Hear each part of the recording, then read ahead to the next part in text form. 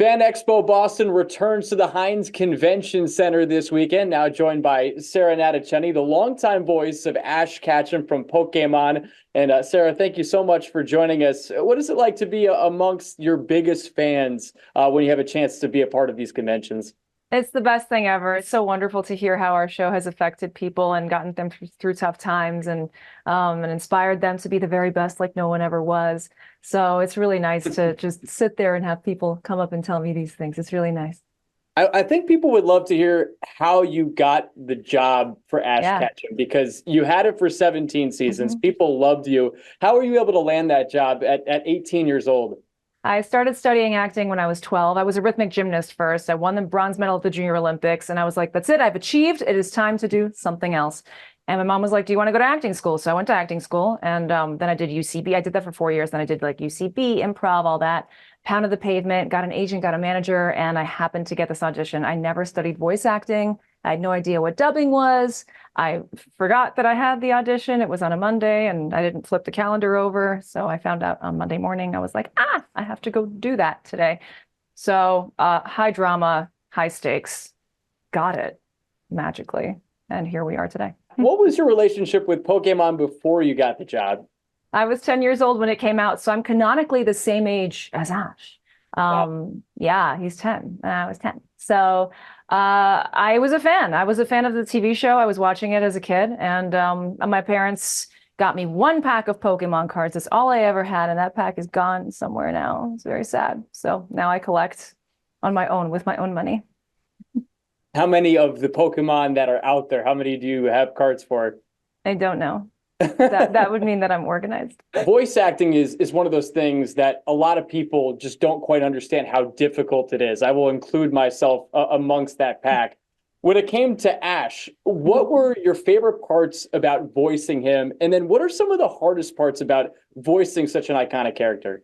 Sure. My favorite thing about voicing Ash is how much it's inspired me to be more like Ash and to find the Ash-like qualities within myself.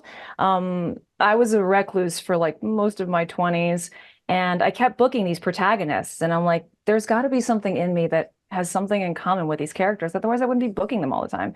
So I found my tenacity. I found my sense of adventure, my sense of like my desire to travel all the time. I'm doing conventions like almost every weekend right now. So that I have Ash to thank for that. That's my boy. And in general, voice acting is hard. I had to break it down for a video I made for Vanity Fair about dubbing Pokemon specifically, actually. If you Google it, you'll find it. And it is hard. It is hard. It's acting first. A lot of people come up to me, they ask for advice on how to get into voice acting. And I'm like, it's acting voice. You can do all the voices in the world. You could like, you can morph your voice a lot. We can all do that, a lot of us can. And that does not book you the job. That does not, if you can, you have to be able to sustain that character, not just the voice. You have to create a character and then you have to sustain it and improvise in that character. And you have to do that for many, many characters, ideally. Some voice actors get by on just their voice, and that's kind of cool. But they're phenomenal actors, That's what you have to be. So it's a lot of study. So I'm still studying. I still, I don't feel comfortable teaching very much because I still feel new to this, still learning. What has it been like for you to work on the new Pokemon series, Pokemon Horizons? Really fun. I'm so happy they've kept me around. It's nice to still be a part of it. That's really, really, I'm very grateful for that. I get to play Caterpie, who is the first Pokemon that Ash ever caught. And I specifically was like, hi, can I have that one? And they said yes. So yeah, I'm playing a lot of Pokemon throughout the series. There's more coming. So yeah, stay tuned. Follow me on social. That's where I announce everything.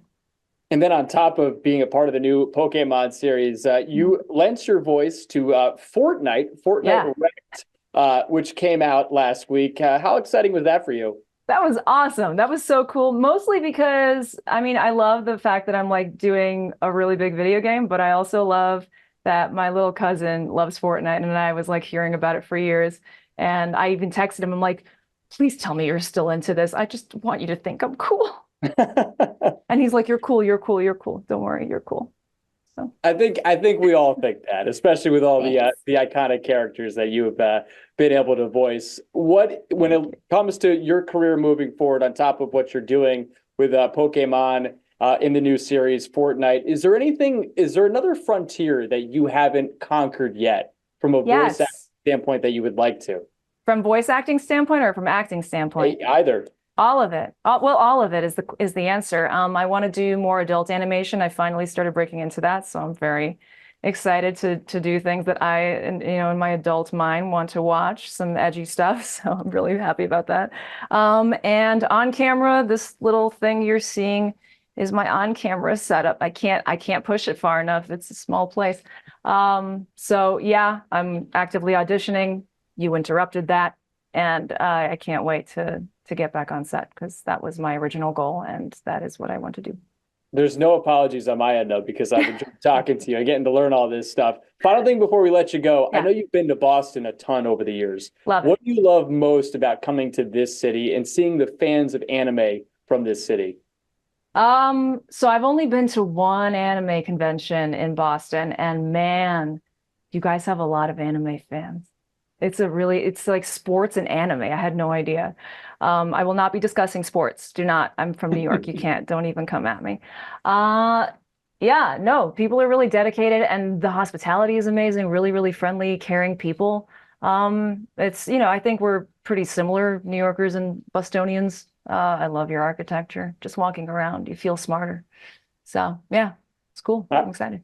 All right, well, Sarah, appreciate the time. We look forward to having you at Fan Expo Boston, and thanks for being the voice of so many people's childhood, adulthood, whatever it is. They've enjoyed listening to you.